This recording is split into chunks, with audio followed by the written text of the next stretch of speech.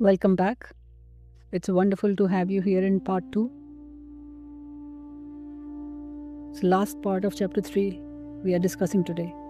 If you haven't watched the previous one, I would recommend going back and watching that first. It'll make everything we cover today land much more deeply. So we are in chapter 3 of Power of Now by Eckhart Tolle, and we are moving deeply into the now. Previously, we began by seeing that mind spends most of its time living in past or the future, rarely here. We also looked at the anatomy of negativity. Tolle showed us that anxiety, stress, and worry all come from too much focus on the future, while guilt, resentment, and bitterness all comes from being stuck in the past. Presence is the balance point, the only place where peace can actually exist. We then explored the idea that problems are interchangeable.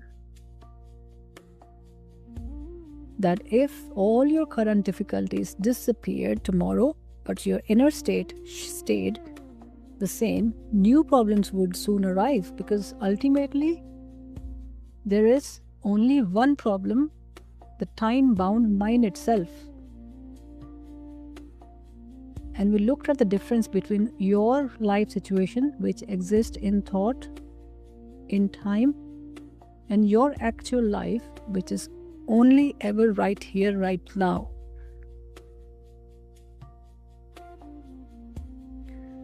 We also touched on something a little confronting, that the mind unconsciously loves problems because they give a sense of who we are. So with that foundation, let's go deeper today. So Tolle asks us to think about something. Have you ever been in a genuine emergency? A moment where something serious was happening right now and there was no time to think? Maybe your child fell or hurt themselves badly. Maybe there was an accident. Maybe something happened which required you to act instantly. In those moments, what happened to your mind? It stopped. All the usual chatter went quiet. The worrying about next week, the replaying of last year, gone. You were simply completely here, responding to what is in front of you. And something more powerful than your ordinary thinking seemed to take over. A clarity, an instinct, an ability to act that surprised even yourself. So Tolle says this is because in true life or death emergency, the mind does not have time to create a problem. It cannot. So it steps aside. And something infinitely more powerful, presence itself, moves in. He also makes a simple but freeing observation. In an emergency, either you survive or you don't. Either way, it's not a problem. That might sound strange at first, but sit with it.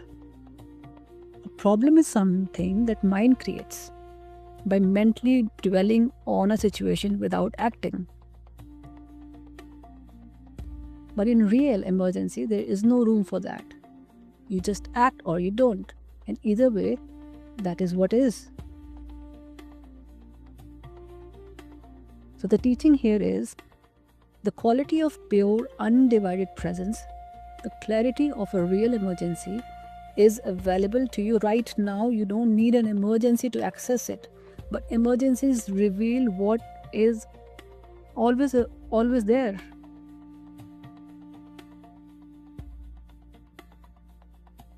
And this is where he takes everything we have been exploring, the presence, freedom from time, the inner peace, a place, and places it in a much bigger context.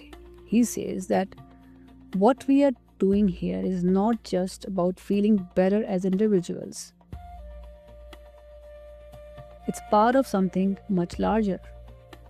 or profound transformation that is taking place in the collective consciousness of humanity. He describes what we have been living in, this time-bound thinking mind that can't stop judging and reacting, not as evil but as unconsciousness, a kind of mass insanity. And he says we are waking up, and suddenly, not automatically, but slowly, person by person, a shift is happening from a mode of consciousness that has created enormous suffering to something freer, something more awake. He uses the phrase a quantum leap. That's a big phrase. In physics, the quantum leap is when something jumps to an entirely new level. Not gradually, but in one decisive shift.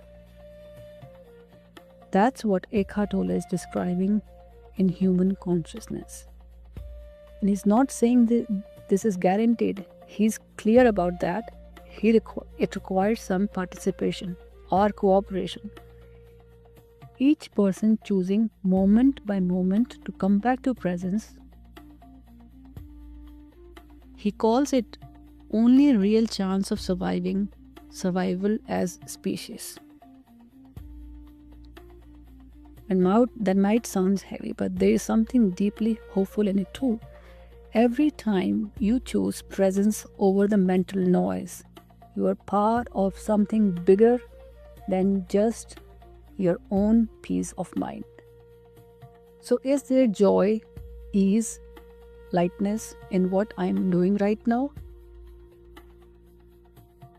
That's it. That's simple.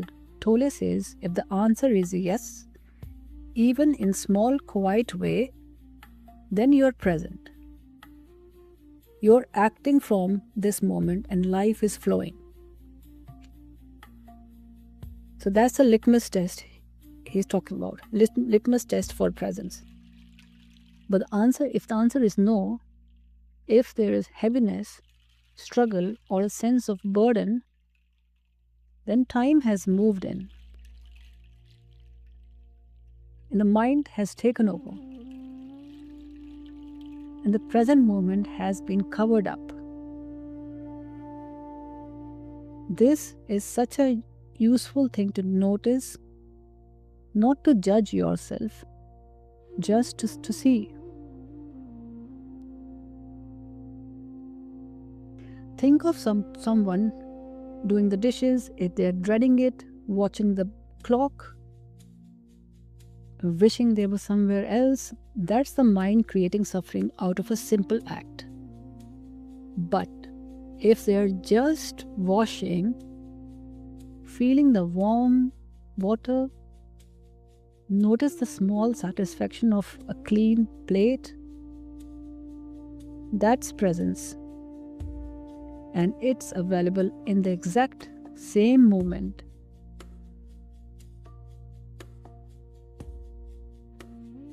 The quality of experience doesn't change because the task changes. It changes because the inner state changes. So building directly on that, Tolle says something that might shift the way you approach your whole day. The title of this slide is "The How is always more important than the what." He says, there is no joy or ease in what you are doing. You don't necessarily need to change what you are doing. You need to change how you are doing it. We spend so much energy trying to arrange the perfect circumstances, the right job, the right relationships, the right home, the right schedule. But Tolle is pointing to something much more accessible. You can be fully present and therefore at peace while doing the most ordinary things. Cooking dinner, replying to emails, having a difficult conversation, walking to the car.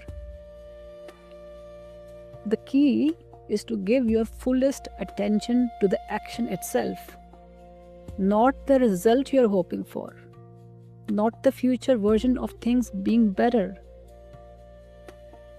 The action, the now. He draws on one of the oldest scriptures in the world, the Bhagavad Gita, and a teaching called Karma Yoga, which he describes as consecrated action. Action dedicated fully to what is happening right now, without attachment to how it turns out. The fruit will come on its own accord, Tolle says.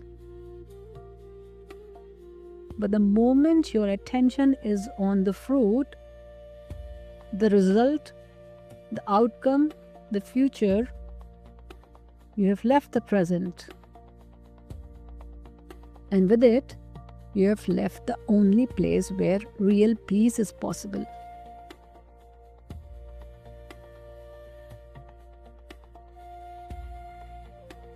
So if we become present, if we let go of this grasping for the future, does that mean we stop wanting things, stop trying, stop growing?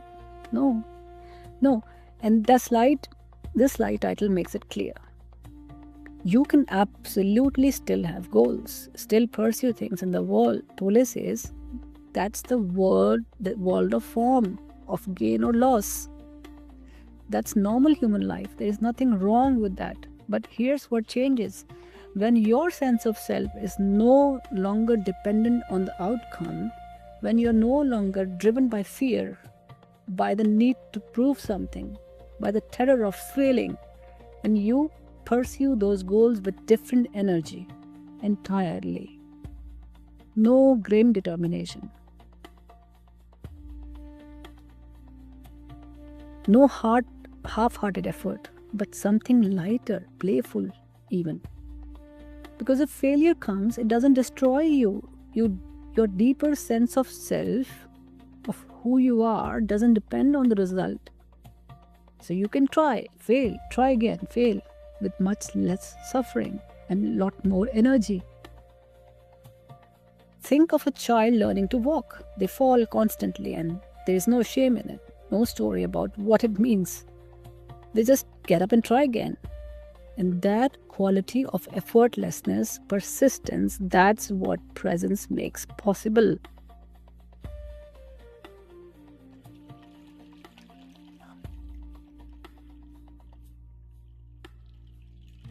So we are almost at the end now, and this slide is quite stunning. It's called Eternal Underneath.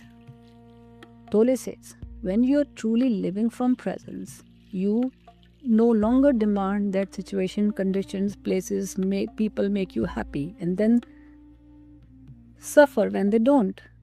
Think about how much of our pain comes from exactly that. The expectation that if only this thing were different, or that person behaved differently, or those circumstances change, then we would finally be okay. But the now teaches us that nothing outside of us can ever really give us what we are looking for. Because what we are looking for is already here. In the stillness. In the presence itself. And then Tolle says something that might be one of the most important phrases in the book. Everything is honored, but nothing matters.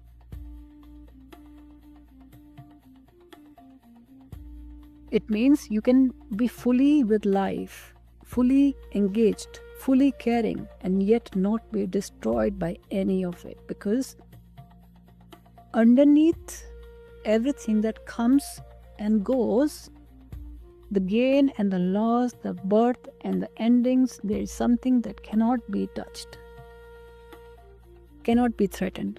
Tolle calls this your being, your deepest self.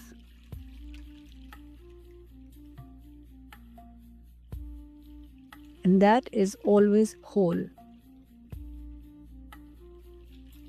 Hindu scriptures call that soul. So the final realization, in the deeper dimension of being, you are complete and whole right now. Not when things get better, not when you have achieved more, not when you have fixed what's broken.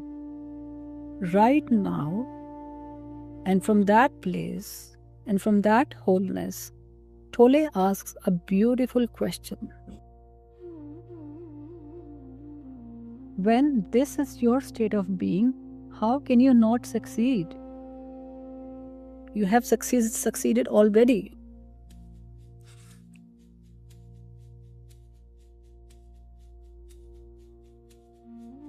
The searching, the striving, the constant sense that something is missing, all of that comes from the belief that you are incomplete, that the present moment is somehow not enough.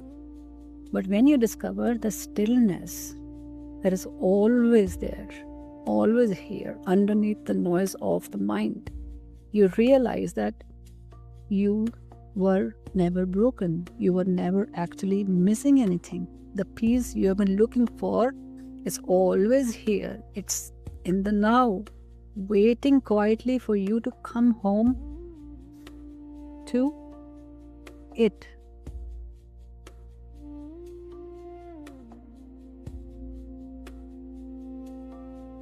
So before we finish, we'll do some small practice. At some point, whenever it occurs to you, pause and ask yourself, is there joy, ease, or lightness in what I'm doing right now? Not to judge the answer, just to notice. And then, even for a moment, let yourself arrive in this room, in this breath, in the only moment that is ever truly real. That simple act of noticing, of returning its presence. And every time you do it, you're making the quantum leap Tolle is talking about.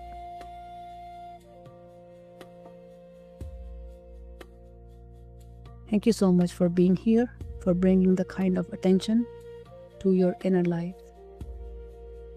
If this series has been useful to you, I would love you for you to click on this video. It genuinely helps more people find this content. It takes just a second. And if you haven't subscribed yet, please do. We've got a lot more on the power of now to explore together. We'll see you in next one. Take care.